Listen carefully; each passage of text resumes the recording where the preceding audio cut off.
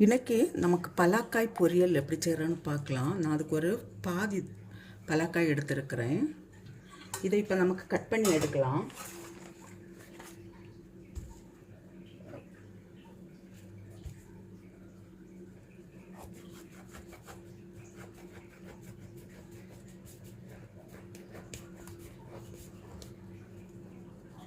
இது இந்த நம்ம கையில் கொஞ்சம் கோகனட் ஆயில் சேர்த்துக்கலாம், விட்டுருக்கலாம். இல்லைன்னு சொன்னால் மேலெல்லாம் நமக்கு கையில் எல்லாம் பசப்பு வரும்.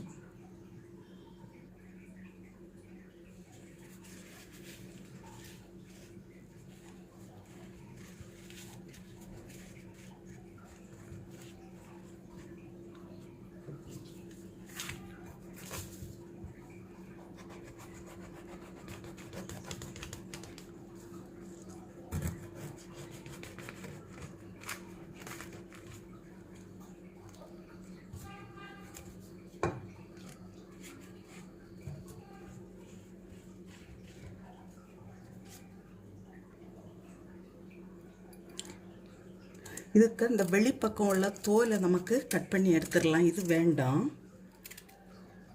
இது சீக்கிரமாக கலர் மாறிடும். இதே போல் எல்லா பலாக்காயில் உள்ள தோலையும் நமக்கு கட் பண்ணி எடுக்கலாம்.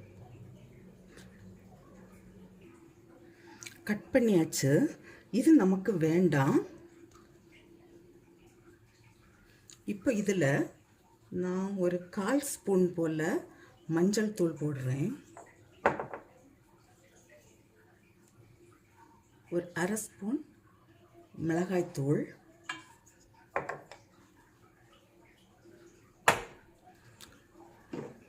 சால்ட்டு, கொஞ்சமாக சால்ட். இப்போ கொஞ்சமாக தண்ணி விட்டு, நிறைய தண்ணி வேண்டாம், கொஞ்சம் தண்ணி விட்டு நான் இதை இப்போது ஒரு விசில் வாரது வரை இதை வேக வச்சு எடுக்கிறேன். இப்போ இந்த பொரியலுக்கு ஒரு மசாலா ரெடி பண்ணலாம். அதுக்கு நான் ஏகதேசம் 1 கப் போல் நான் தேங்காய் எடுத்துருக்கிறேன். அதுக்கு கூடவே சின்ன வெங்காயத்தில் ஒரு 4 சின்ன வெங்காயம், பச்சை மிளகா ஒரு 4, அது நம்ம காரத்துக்கு தக்கனபடி எடுத்துக்கலாம்.